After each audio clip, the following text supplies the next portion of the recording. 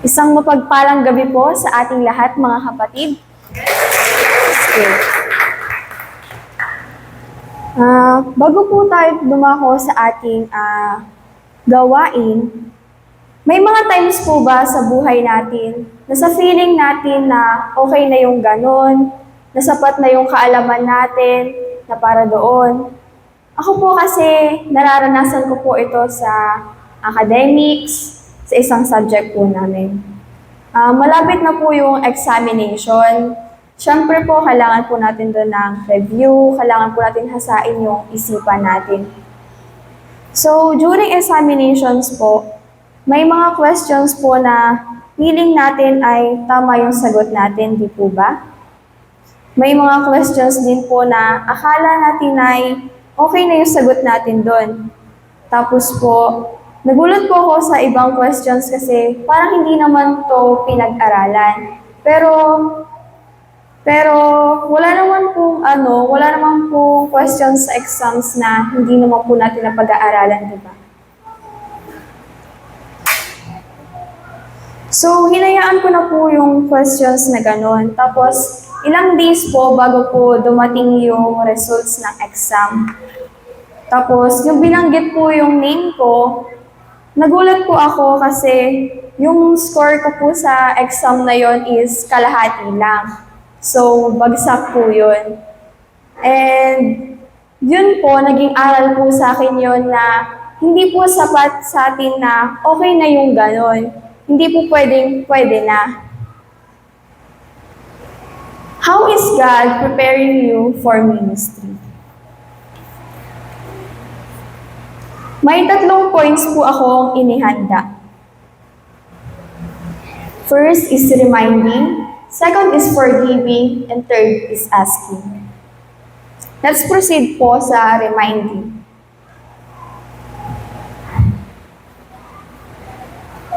May mga bahagi po ba sa buhay natin na may kapagsubukan po tayo na nararanasan, tapos kahit nga po na nakangiti tayo, bakas pa rin po sa mga mata natin na may problema po tayong tinatahak sa buhay.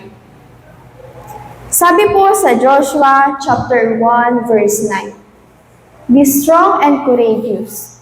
Do not be afraid. Do not be discouraged. For the Lord your God will be with you wherever you go."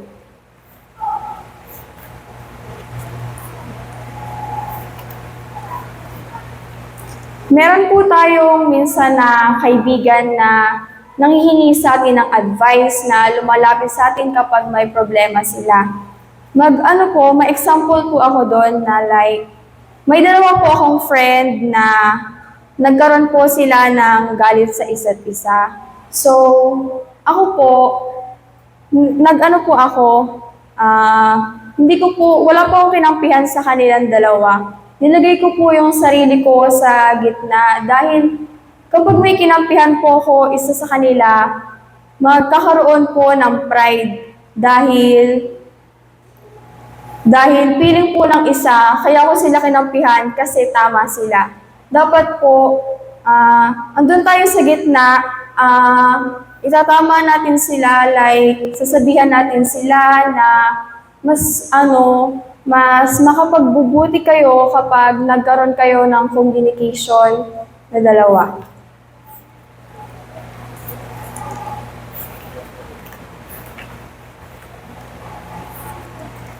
May mga kapamilya din po tayo o kaibigan na nakararanas ng matinding problema at lalapit po sa atin para manghingi ng advice para damayan sila. I-comfort po natin sila sa paraan ng pagpapahayag ng salita ng Diyos. Di ba sa Diyos lang po natin makikita ang tunay na kasiyahan? Pinibigyan po tayo ni Lord ng kapagsubukan sa buhay at problema upang maging malakas tayo sa darating pang nating mga problema. Ilapit po natin ang lahat ng problema natin sa Diyos dahil siya lang po ang makagagawa ng bagay na imposible sa ating buhay. Minsan po sa buhay natin, hindi na po natin alam kung paano ulit magsisimula. But mag-pray po tayo kay God, lumapit po tayo at siya po yung gagawa ng lahat at papakinggan niya po tayo sa lahat ng mga sasabihin natin. Punta po tayo sa second point, forgiving. Matuto po tayong magpakababa sa mga taong nakaramdam ng pagkagalit sa atin. Mas piliin nating umintindi kaysa magkaroon po ng tinatawag na pride. Sabi po sa Colossians chapter 3 verse 13, "Bear with each other, forgive one another. If any of you has grievance against someone, forgive as the Lord forgave you." Magpatawad daw po tayo dahil pinatawad po tayo ng Panginoon. Di ba po? Dapat daw po ay magpatawadan tayo kaysa mas lalong pag-initan natin yung ulo na isa't isa. Huwag na huwag po tayong kakalimutan yung pag-ibig. Kapag nakapagsabi po sila ng mga bagay na hindi na po magaganda, na yung ikinasasakit po natin, dapat tayo po ay patawarin pa rin po natin sila kahit ito na po yung ikinasasama natin. Dahil ang Diyos nga po, hindi napagod kakapagpatawad sa atin sa mga nagagawa nating kasalanan. Sila pa po kaya.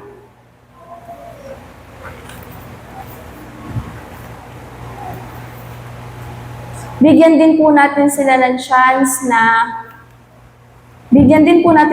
chance na para unti-unti silang matuto sa mga pagkakamali na nagagawa nila.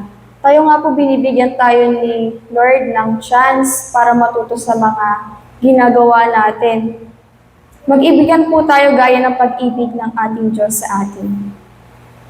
Dumako naman po tayo sa third point, asking.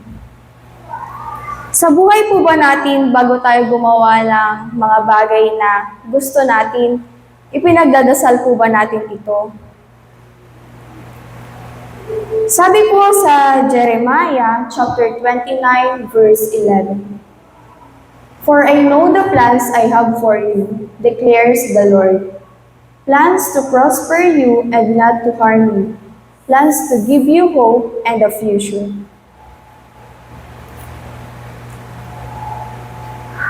Kahit kailan po, di ba, hindi po nagkakamali si Lord na magplano sa buhay natin.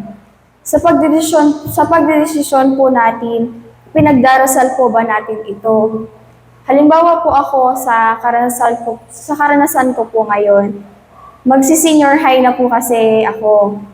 So, darating na po ako sa decision making kung anong strand po yung kukunin ko para sa course na kukunin ko.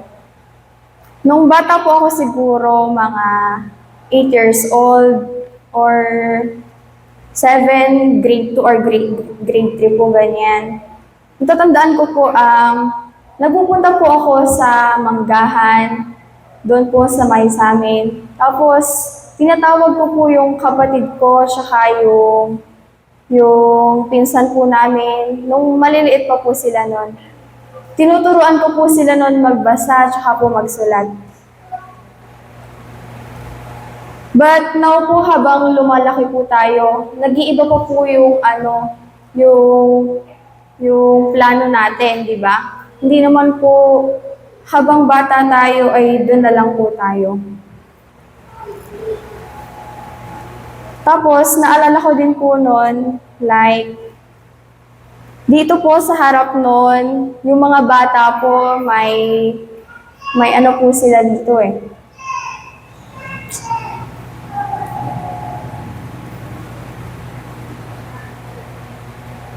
May special number po kami noon. Yung, kung natatandaan pa ni Dia yun, siya yung doctor, ata nun, or nurse. Tapos kami ni Princess Jane is, sa aking paglaki, kinanta namin, gusto kong maging guro, ganon. Alam niyo po ba yun? Tapos, Nung grade 9 na po ako, kada may nagtatanong po sa akin kung ano daw pong kukunin ko na course kapag nakapagtapos po ako ng pag-aaral. Ang sinasabi ko po palagi is flight attendant. Kasi po gusto ko pong mag-explore sa world. And gusto ko rin pong magala sila mama. Tapos, ano po, palagi niya pong sinasabi ni mama na hindi kayo pagpa-flight attendant. Gusto ko yan maging nurse. Kasi palagi daw po ako nakataas yung buhok, yung nakapaikot po, tapos soft-spoken daw po ako. Kaya gusto niya po sa akin, nurse.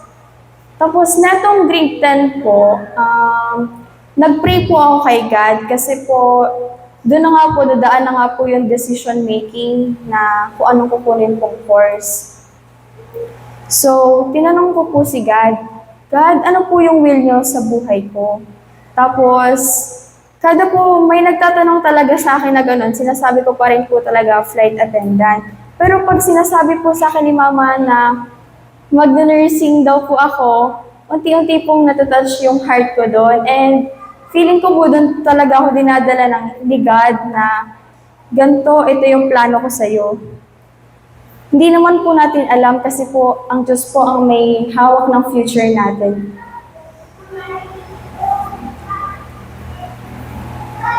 For the reminder po, sa first point po natin, may reminder po ako na talking in right. Bilang isang Kristiyano, matuto kang magpakababa. Hindi po natin kailangan na makipagsabayan sa mga tao na ganito, kailangan kapag galit siya, galit din tayo. Dapat matuto tayong magpakababa bilang Kristiyano. And sa pagko-comfort po natin, itama po natin siya, hindi po natin siya kakampihan na dahil mali siya. So second point po is love. Palagi mong ipakita o iparamdam ang iyong pagmamahal. Always speak with love po.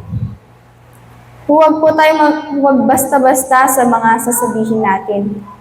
Isipin pa rin po natin kung ito ba'y makabubuti sa kapwa natin kapag ito yung sinabi natin, kapag ito yung ginawa natin. Dapat po isinasaalang-alang po natin ito and always ask for the presence of God. Para sa third point po is, everything has a purpose. Lahat ng bagay na ginawa ng ating Diyos ay may kapakinabangan sa atin. Pahalagahan po natin lahat ng bagay. Palagi po natin ipagpasalamat sa Diyos ang lahat ng biyayang ipinagkakaloob niya sa atin. Always ask for God's will. He will do anything for your sake. In conclusion, God is preparing me for ministry by showing that I can do nothing without Him. We can do nothing, but our God is a powerful God. He can do all things, all impossible things to happen. We're not worthy, but God taking away our sins and make us to be worthy. Improving my skills. Unti-unti nang pinapatibay yung damdamin ko. Kasi po dati, kada mapagsabihan lang po ako nila mama, ganyan, magtatampon agad ako. Like, parang ang hina ko, ganon. But now po, learn how to communicate. Communication is the key po. Tapos, yung pagiging mahihain ko dati, mas natutunan akong makipag-usap, ganyan. Makipag-communicate, ganyan. Tapos, hindi lang po yung physical skills ko yung ini-improve ni God, but also spiritual skills po. Dako na po tayo sa life's question. Paano nangusap sa iyo ang Panginoon sa pagkakataon sa buhay mo na nasa pangangailangan ka? Praise God po. Praise God po.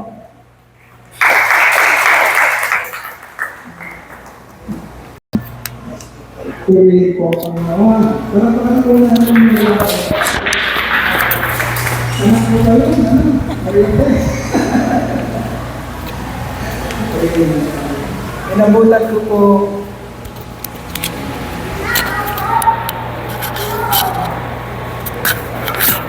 yan. Inabutan ko po si Maria Pe nung mapadpad po ako dito, 1994, 95, 1995. Yun ang edad ni Maria Pe. Yung edad ni Angel. 16, 17, 15, 16, 17, mga ganyan. Mga young people pa sila. Pati si Pastor Alfred. Ilang taon ba kayo sa inyo ni Pastor Alfred? Tatlo, dalawa? Dalawa, di ba? Sa mga bata pa sila. Natutuwa tayo na lumilipas ang panahon, pero nakikita natin yung improvement ng ating po mga buhay dahil sa katapatan ng ating Panginoon. Palakpakan nga po natin ang ating Panginoon. Yeah. So, napaka-soft spoken ni Angel. Ilan taon ka na, Angel? 17? 15? Magkasidad kayo, Dia? Ayan, kasi magkakasing edad pala itong mga yun. So, yan po. So, natutuwa tayo dahil sa batang edad na ating pong mga anak sa iglesia ay nabibigyan sila ng pagkakataon ng ating Panginoon na makatayo. Inihahanda sila for ministry, mga kapatid. At yun po ang pangarap natin sa church natin. Hindi tayo yung basta mga taong nagsasabi lang na mananampalataya, nagcha-church, nagpupunta dito, pero walang nagiging kabuluhan ng ating mga buhay pagkatapos. Ang pangarap natin mga kapatid ay maging makatotohanan ang paglilingkod natin sa Panginoon. At lalo na pag nakikita natin mga kapatid, yung mga kabataan natin na kaya nilang tumayo, kayang magsalita para sa kapurihan ng Panginoon sa kanilang mga buhay. So, dadagdagan ko ba? Konting-konti mga kapatid. Sabi nung patotoo ni Sister Angel, how is God preparing me, siya, for ministry? Sabi doon, by reminding, by forgiving, and then by asking. So yung dalawang point, by reminding and by forgiving, ito'y Diyos. Ang Diyos ang gumagawa nun para sa iyo. Sabi niya, God is preparing me for ministry by reminding me na pagpapaalala sa akin kung sino ako, kung sino siya, anong magagawa niya sa buhay ko, kung ako ay tutugon sa kanyang maniniwala, tutugon sa kanyang pagkatawag sa akin. Okay, pinapaalala ng Lord. Ang sabi nga sa conclusion niya kanina, wala tayong magagawa, pinapaalala sa atin ng Lord, kung hindi natin makakasama ang Panginoon sa ating mga buhay. So, constantly reminding us of who God is in our life. Yun ang unang-una. Kailangang malinaw sa atin. Lagi tayong pinapaalalahanan ng katotohanan ng Panginoon na magiging makatotohanan lang at magkakaroon lang ng pagsulong ang anumang gawain, anumang gawain na tayo ay ginagamit ng Panginoon kung ang kasama natin ay ang Panginoon, ang ating Diyos, kung siyang mamumuna sa atin. And number 2, sabi doon, by God is preparing me for ministry by forgiving. Ibig sabihin, mga kapatid, alam natin, although mga Kristiyano tayo, pero meron tayo talagang kahinaan sa ating buhay. Okay? Once in a while, nakikita natin na pumapalso tayo, nagkakamali tayo, lahat tayo, kahit sino sa atin, kahit si pastor, kahit ang mga kapastoran, kahit ang mga leaders ng church. Nagkakaroon tayo ng mga pagkakamali sa ating buhay. Hindi man malalalim na pagkakamali, pero mga pagkakamaling hadlang doon sa patuloy na pagsulong natin sa ating pananampalataya. Hinahanda tayo ng Panginoon by constantly forgiving us, by knowing the truth that God is right there, naghihintay sa atin, at tayo ay pinapatawad sa anumang kahinaan natin, na pagka sinabi natin, Lord, siguro hindi ako karapat-dapat. Lord, siguro iba na lang dahil mahina ako, ito ako. Hindi ako karapat-dapat na magamit mo dahil makasalanan ako. But God is preparing us by forgiving us, giving us that truth that He is really, He is ever ready to forgive us of all our sins, the sins that we are committing. Yun ang sinabi sa 1 John 1:9, that if we confess our sins, He is faithful and just to forgive us of our all unrighteousness. Tandaan natin, huwag natin iisipin at pagka tayo gagamitin ng Panginoon, maisip natin, hindi ako karapat-dapat. Ang tanong mga kapatid, sino ba ang karapat-dapat? Sino bang matino? Sino bang perpekto? Yan ang pinag-aaralan natin sa buhay ni Moses. Even Moses and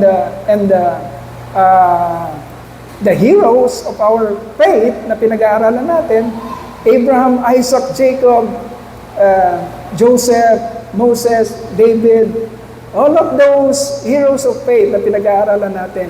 Mga kapatid, kapareho natin sila. At sila'y nakaranas, laging nakakadama ng pagpapatawad ng Lord sa kanilang buhay. Okay? Mainam yon na habang tayo'y hinihahanda ng Panginoon, ay alam natin ang katotohanan na ang Diyos ay hindi nagkakamali sa pagpili sa atin, at hindi natin pwedeng sabihin, Lord, no, hindi ako pwede dahil makasalanan ako. No?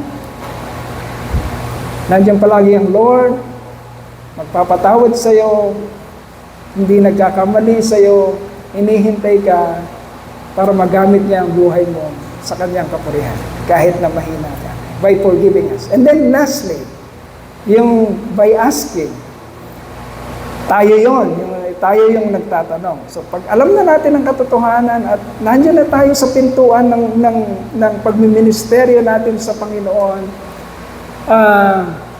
tayo bilang mga natuto, tinuruan ng Panginoon na ihanda, huwag natin kalilimutan na pwede tayong magtanong sa Panginoon.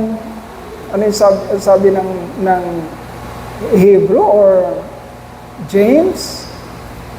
Kung kinakapos tayo ng karunungan, okay? Kung kapos tayo ng kaalaman, karunungan, nandiyan ang Diyos. Inaanyayahan niya tayo. Nakikipagsubukan siya sa atin. Inaanyayahan tayo. Kung kapos tayo ng karunungan, itanong natin sa Kanya. At siya ay mabuti, siya ay mabait. Siya ay, anong right yung term niya? Ano? Generous. Siya ay, merong word yun eh. Siya ay magaan ang kalooban, mabuti, at laging nakahandang ipaliwanag sa atin anuman ang katanungang nais nating ibato sa Kanya. Okay? So, pag susulong ka sa gawain, pag hindi mo naiintindihan kung anong gagawin mo, hindi mo natatanaw kung anong nandun sa dulo, mga kapatid, let us be reminded that we can ask anything to God. And the God of all wisdom can enlighten our hearts, our minds. Kaya niya tayong turuan at pakita sa atin kung ano ang ating gagawin. One step at a time. Diba? Sabi ng Panginoon, my word is a lamp unto your feet and a light unto your path. Okay, hindi niya ang ating Lord, kaya nga ang nais niya makita sa atin ay pananampalataya. Pagka kasi nakikita mo na lahat, hindi ka na mangangailangan ng pananampalataya. Pag nakikita mo na lahat, pag nandyan na. Okay? Hindi mo na kailangang umasa pa kasi hawak mo na, nandyan na. Hindi mo na kailangan ng faith. Kaya ang hinihiling sa atin ng Panginoon ay faith, ay nais niyang magtiwala tayo even though we do not see anything. Faith is the substance of things hoped for. A conviction of things not seen. Conviction of things not seen, yung hindi mo pa nakikita, pero pinaniniwalaan mo na nandyan na siya. Okay? Ang ating Panginoon, hinihintay niya tayo. Ask. Ano yung Tagalog na ask? Humingi ka, magtanong ka. Humingi ka. At siya ay malugod na magpapaunlak sa iyo kung ano ang iyong pangailangan para magpatuloy na sumulong ang ministeryong pinagkatiwala niya sa iyo. Napakainam po, napakaganda ng mensahe pinagkaloob sa atin. Why is God preparing angel for ministry? Ang kanyang testimony is by reminding her of who she is and who God is in her life, and then by forgiving her of all her unrighteousness, forgiving all her iniquities, sins, shortcomings, lahat, para maging karapat-dapat siya doon sa pagsulong na yon. And then, by her asking God of anything na hindi niya alam at malugod ang Lord, nabibigyan siya ng kaalaman para makapagpatuloy siya sa kanyang pinagkatiwalang gawain para kay angel. Palakpakan po natin ang ating Panginoon. Okay, sige po. Ano uli yung life score?